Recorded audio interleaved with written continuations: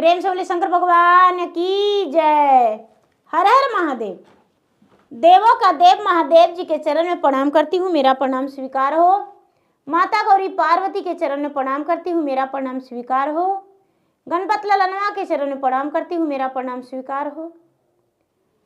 सब गुरु भैया बहना के चरण में प्रणाम करती हूँ। धरती पर बैठे धरती माता के चरण में प्रणाम करती हूँ, मेरा प्रणाम स्वीकार हो।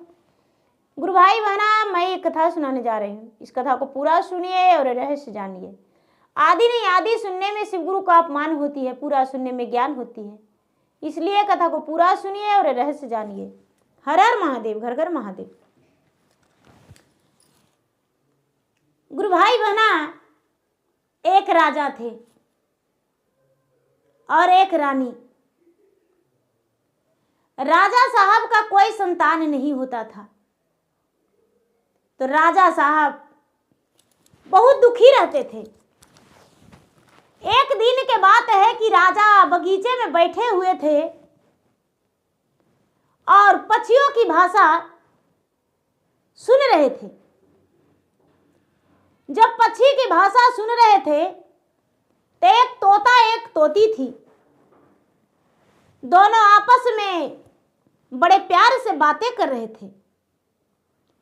राजा सुनते हैं उसके भाषा, तो तोता कहता है तोती से कि अरे तुम्हें कुछ पता है, ये जो राजा है बगीचा में बैठा हुआ है सुबह सुबह, ये राजा निसंतान है, इसका कोई संतान नहीं है। तोती कहती है कि तो इसका कोई उपाय नहीं है, तो अरे ये राजा पुत्र एक करवाएगा तो इसको संतान हो जाएगा। राजा साहब पक्षियों की भाषा समझते थे। राजा साहब घर आए, अपने रानी से कहते हैं कि ये रानी साहब, सब कुछ तो हम लोग किए हैं लेकिन पुत्र यज्ञ करवाएंगे। रानी कहती है कि महाराज इसमें कहने की क्या बात है, तैयारी कीजिए, पुत्र यज्ञ करवाइए। रानी और राजा दोनों मिल गए। राजा सारी सामग्री लाके ब्राह्मण को, काशी नगरी से ब्राह्मण को बुला के और पुत्र यज्ञ शुरू कर दिए। धीरे धीरे 9 दिन पुत्र यज्ञ हुआ। सभी लोग आए,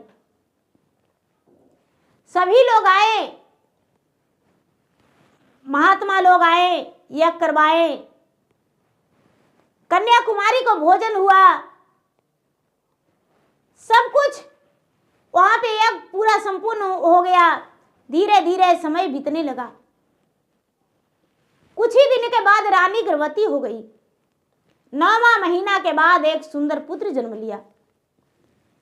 जब सुंदर पुत्र जन्म लिया तो राजा सोचते हैं कि मेरा लड़का तो हो गया है, लेकिन 12वें दिन राजा छठी बरही का तैयारी किए और काशी नगरी से राजा साहब ब्राह्मण बुलवाए। काशी नगरी से ब्राह्मण बुलवाए राजा साहब। जब ब्राह्मण आए तो पतरा देखते हैं तो ब्राह्मण के आंखों से आंसू झरझर झरझर गिरने लगा। जब पतरा देखे तो आंखों से आंसू गिरने लगा। तो ब्राह्मण को मुख देखकर राजा कहते हैं कि महाराज, आंखों से आंसू क्यों गिर रहा है? ब्राह्मण की बात सुनकर राजा जब पूछे तो राजा की बात सुनकर ब्राह्मण कहते हैं,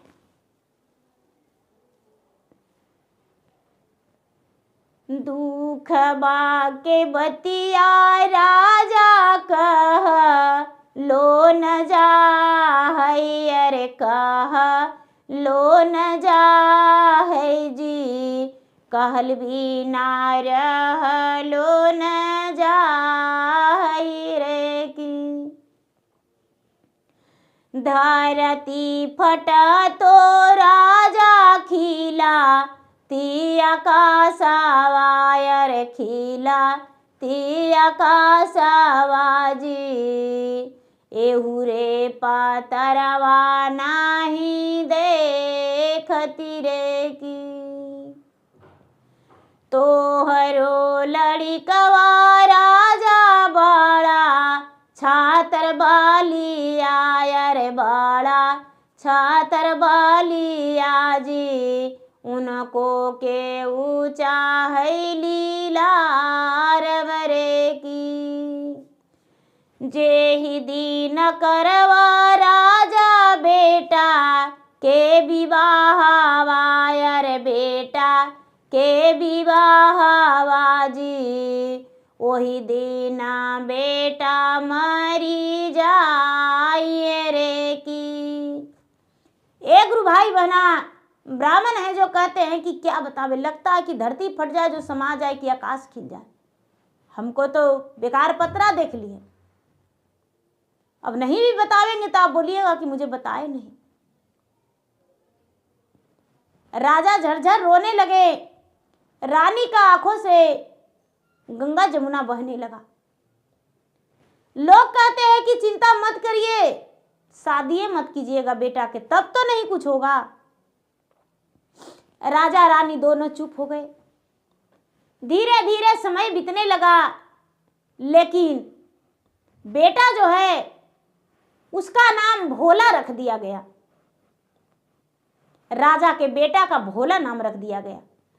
अब भोला क्या होता है गुरु भाई बहना, जैसी 4 से 5 साल के हुआ तो भगवान का पूजा पाठ करने लगा, भगवान का भक्ति करने लगा। अब बिना भक्ति किए हुए एक दिन भी खाना नहीं खाता था।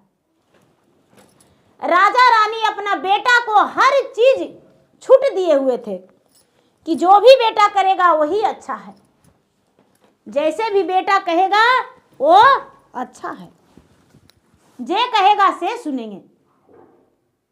भोला जैसे कहता था वैसे माता पिता मानते थे। धीरे धीरे समय बीतने लगा। भोला का इतना जल्दी ज्ञान होना, जल्दी जल्दी वो बड़ा हो गया, माता पिता को पता ही नहीं चला। जैसा ही भोला 16 साल के हुआ तो सब कोई कहने लगे कि ये राजा साहब बेटा के ब्याह नहीं करिएगा, बेटा बड़ा हो गया है। अरे बर से बरात हो जाता है तो शादी अच्छा लगता है, बेटा के शादी कर दीजिए। राजा साहब रानी की ओर देखते हैं, रानी राजा की ओर देखते हैं। राजा तैयार नहीं होते ब्याह करने के लिए, उनका कलेजा कांपता है। और रानी भी तैयार नहीं होती है, उसका भी कलेजा कांपता है। भोला के यार दोस्त के सबके शादी हो गया। अब भोला कहता है अपने माता पिता से, बड़ा प्रेम से माता के गोद में बैठ के, माचिया बैठा ले तो ही माता जी बढ़ाए तीन, अर माता जी बढ़ाए तीन जी। सुनो माता बचाना हमार नरे की। हमरो से छोटे माता भाई ले विवाह वायर भाई ले विवाह वाहो। हमरा के ब्याहवा कहिया कार बुरे की। रानी कहती है तोहरा के जोड़ी बेटा कन्या नाही मिला लो, यार कन्या नाही मिला लो हो। तोहरो के ब्याहवा कैसे कारियो रे की। रानी कहती है कि बेटा तुम्हारा जोड़ी कन्या नहीं मिलती है, कहाँ से ब्याह करें। नहीं बेटा तुम्हें ब्याह नहीं करेंगे। लेकिन लड़का होने कैसे टल सकता है। लड़का जिद कर दिया कि नहीं माँ हमको ब्याह कर दो। सब लोग कहने लगे कि राजा साहब बेटा कुछ कर लेगा तो क्या करिएगा, उसको ब्याह कर दीजिए। रानी साहब आप सोचते हैं कि मेरा बहू आ जाएगी तो मेरा राज नहीं रहेगा, मेरा सब कुछ छिना जाएगा, ये गहना ये श्रृंगार, नहीं नहीं ऐसी बात नहीं है। रानी बोलती ऐसी बात नहीं है, अरे सब तो मेरा बेटा का है, मेरा बेटा जो कहा वो हम किए, ब्याह नहीं करेंगे। ए गुरु भाई बहना, राजा साहब अपने बेटा के रिश्ता के लिए राजी हो गए, शादी के लिए राजी हो गए और हाँ बोल दिए। सब लोग जो हैं भोला के शादी को सुनकर बड़े खुश हो गए, लेकिन माता पिता बड़ा उदास थे। शादी पक्की हो गया, बारात का दिन भी बैठ गया, दिन सुदिन बैठ गया।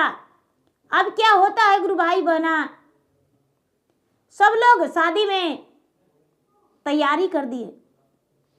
राजा का बेटा का बारात सज गया। राजकुमार अपने बारात लेकर अपना ससुराल चल दिया। ब्याह हो गया, दुल्हन आ गई। दुल्हन आ गई 16 श्रृंगार में सजी हुई, 32 हवन जड़ी हुई, लाल सी जोड़ा दुल्हन पहनी हुई थी। रानी देखी तो आंखों से आंसू बरसने लगा। किया कितना सुंदर मेरा बहू है, कितना सुंदर जोड़ी है, लेकिन एक दिन के लिए ये बहू बनी है और मेरा बेटा तो स्वर्ग सिधार जाएगा। आज ही तक मेरा बहू है, आज ही तक मेरा बहू है, अब हम क्या करें। ए गुरु भाई बहना, बहू पूछती है कि माँ जी क्या मुझसे आप प्रसन्न नहीं हैं, मैं पसंद नहीं हूं जो मुझे देखकर आप रो रहे हैं। रानी कहती है बेटी ऐसी बात नहीं है, बस तुम्हारे माता पिता को मेरा याद आ गया कि कितना सुंदर बेटी तुम्हारे माता पिता अपने आंचल को नीचे छुपा के रखे थे। आज उन्हें बेटी का सूरत दिल में गूंज रहा होगा। बहू याद करके कहती है माँ जी आप तो बहुत गहरा सोच रहे हैं, सच में मेरी माँ मेरा याद कर रही होगी। इतना कह के अपना सुहाग सेज पे चली गई। सुहाग सेज पे चली गई। बोलते बतियाते गुरु भाई बहना आधी रात हो गया। राजकुमार का भी नींद आ गया और राजकुमारी का भी नींद आ गया। गरजता हुआ एक नाग आया और राजकुमारी को डांस लिया। राजकुमार को डांस लिया गुरु भाई बहना और डांस के और वो सर्प बाहर निकल गया। सर्प जब बाहर निकल गया, सवेरे हुआ। जब सवेरा हुआ तो राजकुमारी देखती है कि अरे मेरे पति मुंह से झाग गिरा हुआ है और जैसे भी कर रहे हैं वैसे हो रहे हैं। चिल्ला उठी और कहती है अपने सास को ससुर को कि माता जी जल्दी से दौड़िए, ये तो कुछ बोल नहीं रहे हैं। राजा रानी तो दोनों जानते थे कि अनहोनी होने वाला है। बेटा में लपट झपट के रोने लगे। बेटा में लपट झपट के रोने लगे। सारा गांव कहने लगा कि राजा साहब आपकी बहू अभागिन है, आपकी बहू कर्महीन है, कुलच्छनी है, आप इसे माथा मुड़ के चूना का टीका लगा के और घर से निकाल दीजिए। राजा रानी तो रोते रोते एकदम अपना जान भी प्राण भी त्यागने वाले थे, लेकिन गांव वाला है गुरु भाई बहना राजा के बहू के क्या करते हैं कि पकड़ के और उसको बाल काटने का कोशिश करते हैं। राजकुमारी हाथ पकड़ के सबको खींच देती है, भगा देती है कि मुझ में कोई नहीं ठेकिए, मेरा बाल मत काटिए, मुझे चूना के टीका मत लगाइए, मुझे गधा पर बैठ के मत घुमाइए, हम अभागिन नहीं हैं, हम अपने पति को जीवित कर देंगे। सब लोग कहते हैं कि राजा की बहू डायन है, ढूकते खा गई अपना पति को, लेकिन कहती है नहीं, ऐसा बात नहीं है, सब लोग छोड़ दीजिए। याद आया कि हम तो भगवान का भक्त हैं, हम तो भगवान का भक्त हैं, हम भगवान के पास जाएंगे। एक गुरु भाई बहना एक लोटा जल लेके और कहती है भगवान भोलेनाथ से कि हे भोलेनाथ, अपना नाग को कैसे छोड़ दिए जो मेरा पति को डांस लिया, ये कैसे हो गया? आवाज हम सुहाग रात में विधवा, हम अभागन बन गए, कुलछनी बन गए, सब लोग ऐसे ऐसे कर रहे हैं, भगवान मुझ पे दया कीजिए। लेकिन भगवान ही तो रक्षक और भगवान ही भक्षक रहते हैं गुरु भाई बहना। भगवान इसका पति का प्राण को वापस नहीं किए। भगवान सीधा कहते हैं कि पुत्री है तो विधि का विधान था। गुरु भाई बहना, ये क्या करती है राजकुमारी, इसे लगा कि हमें कुछ तो करना चाहिए। सब लोग को मना कर दी कि भाई मेरा पति को कोई भी नहीं ले जाइएगा शमशान घाट, और नहीं तो पूरा गांव को हम छाई कर देंगे जला के, मेरा पति को छोड़ दीजिएगा। क्या करती है गुरु भाई बहना, घर से बाहर हो जाती है और घर से बाहर होके पूरा विलाप करती है, रोती है, पूरा रोती है और रो के कहती है,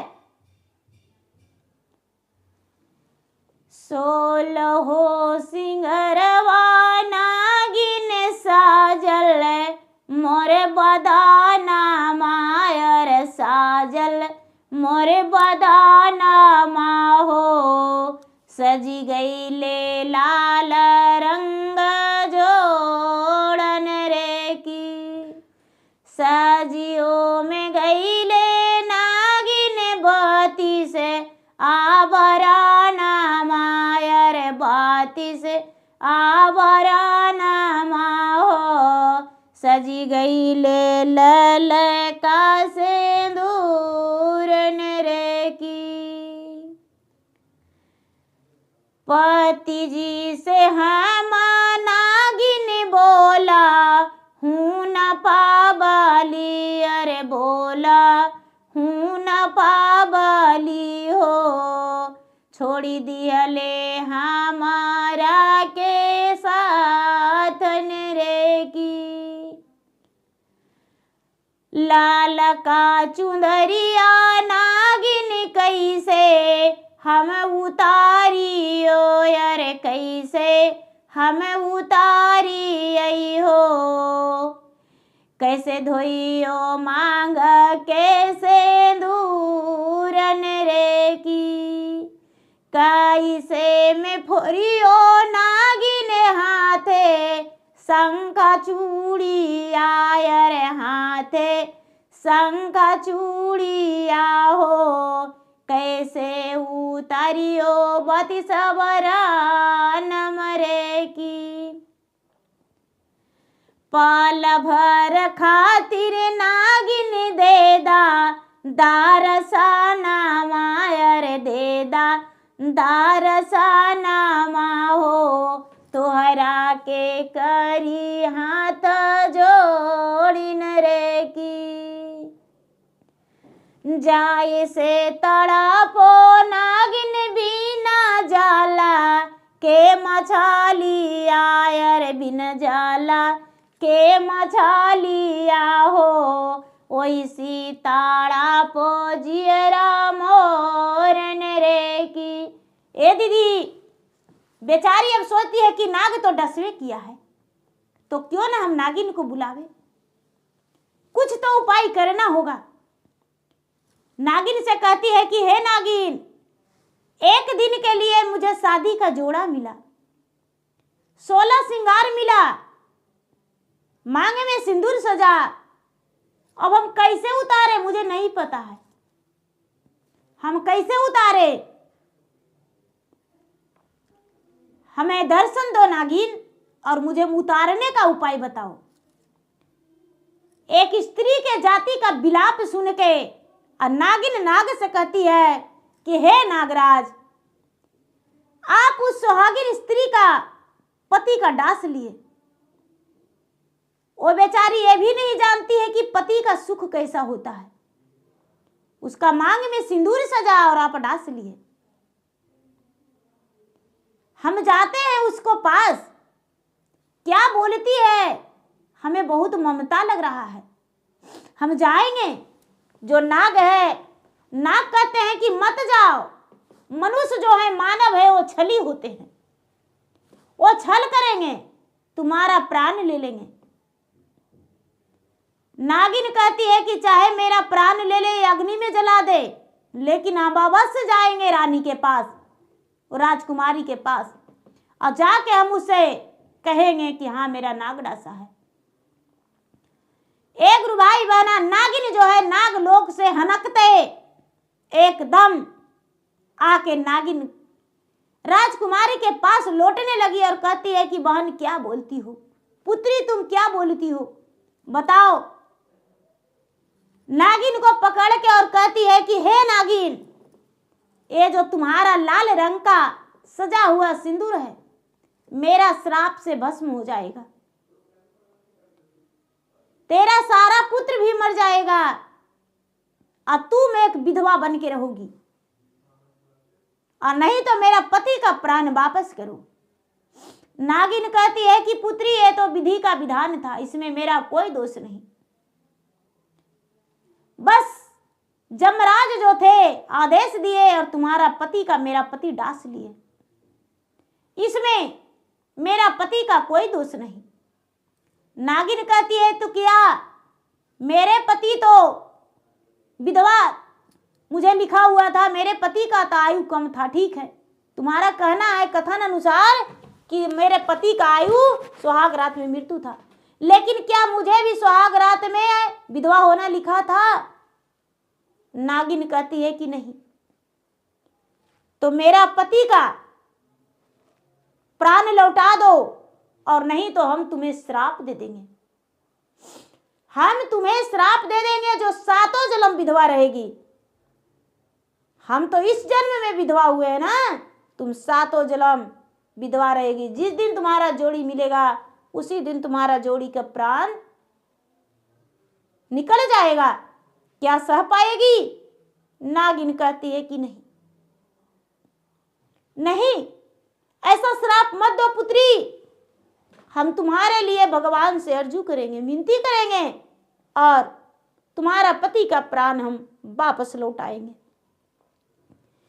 ये जो राजकुमारी है अपना पति के सब में जाके लपट गई और लपट के और सभी लोग ले जाने के लिए तैयारी कर रहे थे कि इसे मरसान घाट ले जाएंगे, शमशान घाट ले जाएंगे और अग्नि संस्कार कर देंगे। माया के बाजार में सब लिपटे हुए हैं, लेकिन कहती है कि नहीं, हम अपने पति को सबको नहीं ले जाने देंगे, सब छोड़ दीजिए। गुस्सा नाराज होकर गांव वाले छोड़ दिए कि राजा की बहू है, वो लटकी हुई है और किसी को ले जाने नहीं दे रही है। फिर भी कुछ लोग कहते हैं कि भाई वो तो पागल हो गई है, उसे ले चलिए, नहीं ले जाने दी। नागिन जो है गुरु भाई बहना, नागिन कैलाश पर्वत पे पहुंची, कैलाश पर्वत पे पहुंची और कैलाश पर्वत पे जाके महादेव को शरण में लपट के और कहती है कि हे महादेव, उस स्त्री का पति का प्राण बचा दीजिए, लौटा दीजिए। सुहाग रात में तो राजकुमार का मृत्यु था, लेकिन राजकुमारी का विधवा होना नहीं लिखता था। भगवान भोलेनाथ कहते हैं कि नहीं, हम बदल नहीं सकते हैं, जो लिखा हुआ था वो मिटा नहीं सकते हैं। हम इसे कैसे बदल सकते हैं? उसे तो लिखा हुआ था सुहाग रात में मृत्यु होना, तो हम ऐसा नहीं कर सकते हैं। नागिन कहती है कि हम सर पटक पटक के मर जाएंगे। पार्वती से नागिन कहती है कि हे देवी पार्वती, आप तो एक स्त्री हैं, तो उसका प्राण को लौटा दीजिए। पार्वती महादेव को कहते हैं, लेकिन महादेव नहीं सुनते हैं। महादेव नहीं सुनते हैं गुरु भाई बहना। विष्णु लोग जाती है विष्णु भगवान से भी, नागिन कहती है कि हे विष्णु भगवान, उसका पति का प्राण लौटा दीजिए, लेकिन वो नहीं लौटाते हैं। ब्रह्मा जी के पास भी जाती है नागिन। ब्रह्मा जी उसका पति का प्राण नहीं लौटाते हैं। अब नागिन के हाथों में कोई उपाय नहीं था। कहती है कि विधवा बनने से बढ़िया है कि हम अपना नागराज को मनाएंगे। इच्छाधारी नाग है मेरे पति, तो हम अपना नागराज को मनाएंगे। वो अपना नागलोक में लौट आई और अपना नाग से कहती है कि हे स्वामीनाथ, स्त्री का जाति मानव इतना बेकार होते हैं कि मुझे श्राप दे देंगे। अब यदि श्राप दे देगी तो हम 7 जन्म विधवा हो जाएंगे। इसलिए आप इसी पल नाग रूप छोड़ दीजिए, त्याग कर दीजिए और राजा का पुत्र का शरीर में प्रवेश कर जाइए। राजा का पुत्र के शरीर में प्रवेश कर जाइए और उठ के बैठ जाएगा। नाग कहते हैं कि कैसे हो सकता है, ऐसे कैसे प्रवेश कर सकते हैं। नागिन कहती है कि हे स्वामीनाथ, हम एक बुढ़िया बन जाएंगे और राजकुमार के देखने के बहाने हम उसके आंगन में जाएंगे और बोलेंगे कि भाई कोई पानी देकर देखे हैं, कोई पानी देकर देखिए, हो सकता है कि इसका मुख में प्रवेश कर जाए, अंदर हो सकता है कि इसका मुंह सूखा हो और हम गंगा जल पिलाएंगे और उसी जल में आपका आत्मा रहेगा और उसमें प्रवेश कर जाइएगा। गुरु भाई बहना, नागिन जो है, नागिन एक बुढ़िया का रूप धारण कर ली। बुढ़िया का रूप धारण करके और राजा के घर में चल गई। राजा के घर में जाके पूरे भरल समाज में जाके और कहती है कि अरे बहन जी, इतना बड़ा घटना कैसे घट गया, क्या इन्हें कोई पानी पिला के देखे हैं, पानी पिलाइए। सब लोग कहते हैं कि अरे मरल पानी पीता है, सुबह में ये मरा है, रात में मरा है, सुबह बीत गया, रात बीत गया, फिर सुबह हो गया, यानी तीसरा दिन होने वाला है। ये तो पागल है राजकुमार की पत्नी कि मतलब सबको नहीं उठाने दे रही है, तो ये बच जाएगा क्या। बुढ़िया कहती है एक बार चुल्लू भर पानी तो दे के देखिए। सब लोग कहते हैं मरलका के पानी दे के क्या करेंगे। बुढ़िया कहती है कि अरे हम ही एक बार दे देंगे पानी तो क्या होगा, हम ही पानी दे देंगे। ये दीदी क्या होता है कि कुआं से पानी निकाल के वो नगिनिया जो स्त्री बनी हुई थी बुढ़िया के रूप में, वो जाके पानी पिलाती है और अपना पानी पिलाते ही राजकुमार हिलने लगता है। राजकुमार हिलने लगता है गुरु भाई बहना, और उसका शरीर में प्रवेश कर जाता है। राजकुमार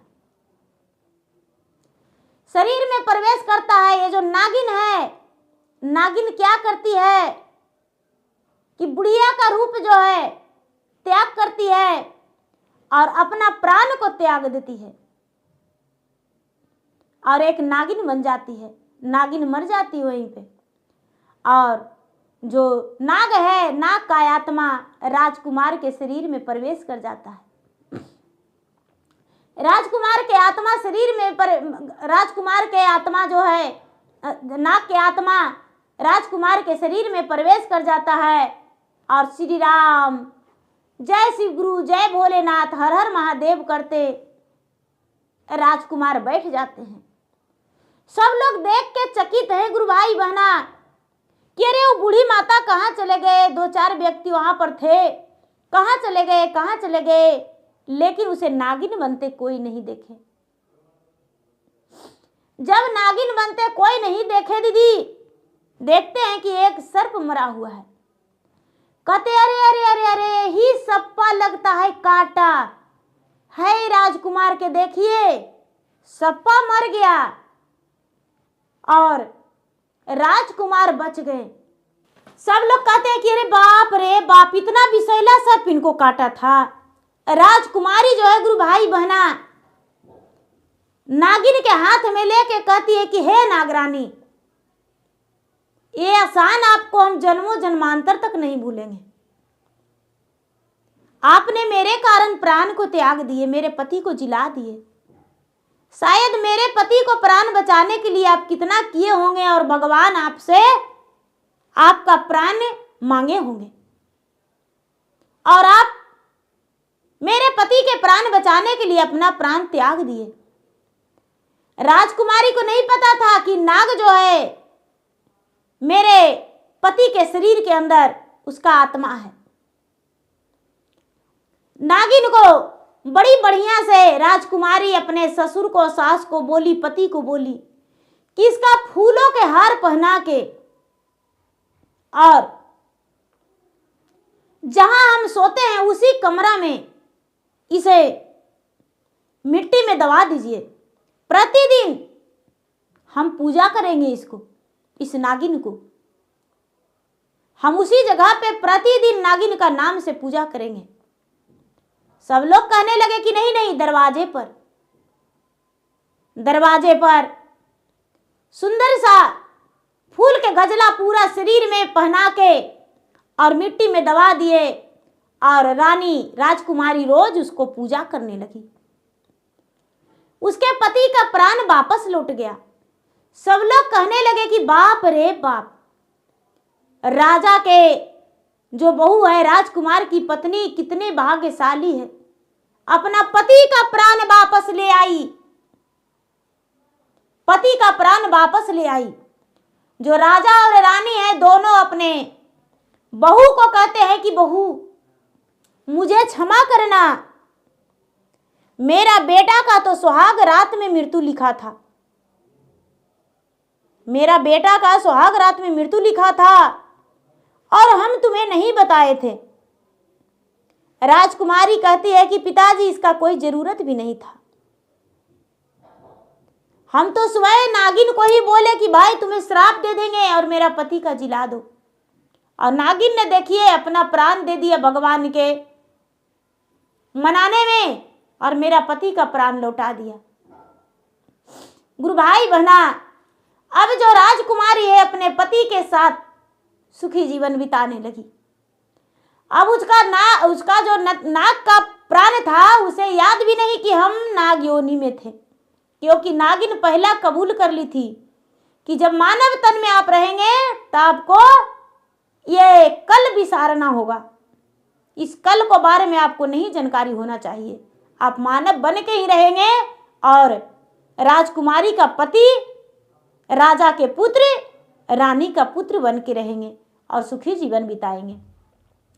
गुरु भाई बहना, जब राजकुमार जीवित हो गए तो राजकुमार तो भगवान के भक्त थे, राजकुमारी भी भगवान के भक्ति करती थी, भोलेनाथ के भक्ति करती थी। अपने सास को, अपने ससुर को बोली कि भाई इतना बड़ा काम हुआ है, मेरे पति का जीवन दान मिला है, तो क्यों ना ये वो चर्चा रखें। सब लोग बोले कि भाई चर्चा रखिए, खुशी खुशी चर्चा कीजिए। पूरा मौजे को निमंत्रण मिला कि चर्चा मेरे घर में है, राजा के राजद्वार में चर्चा है। सब लोग चर्चा में आए और चर्चा में खूब भजन किए, कथा कहे, वहां भंडारा हुआ और भंडारा करके राजा साहब की यहाँ चर्चा संपन्न करके सब अपने अपने घर गए। राजकुमार, राजकुमारी, राजा, रानी सब सुखी जीवन बिताए। समय आने पर भगवान के दया से बेटा बेटी सब भर गया। अब उनके घर में कोई कमी नहीं था, सब सुख की प्राप्ति हुई। तो देखिए भगवान का भक्ति, भगवान का महिमा अपरंपार है। जो भगवान करते हैं वही होता है, अपना पर क्लेम नहीं लेते हैं। भगवान की इच्छा अनुसार सब कुछ होता है। भगवान जो हैं रक्षक भी हैं और बचक भी हैं। कहते हैं भगवान की रोते हैं हम ही और हंसते हैं हम ही, गाते हैं हम ही और सुनते भी हैं हम ही। भगवान का कथन गलत नहीं है। तो देखिए गुरु भाई बहना, मेरा वीडियो अच्छा लगे तो मेरे वीडियो का लाइक करें, शेयर करें। चैनल पर यदि नए हैं तो चैनल को सब्सक्राइब करें, बेल आइकन घंटी को दबाएं, जो कि मेरा वीडियो का नोटिफिकेशन सबसे पहले आपके पास जाए, आप मेरा वीडियो सुन सके।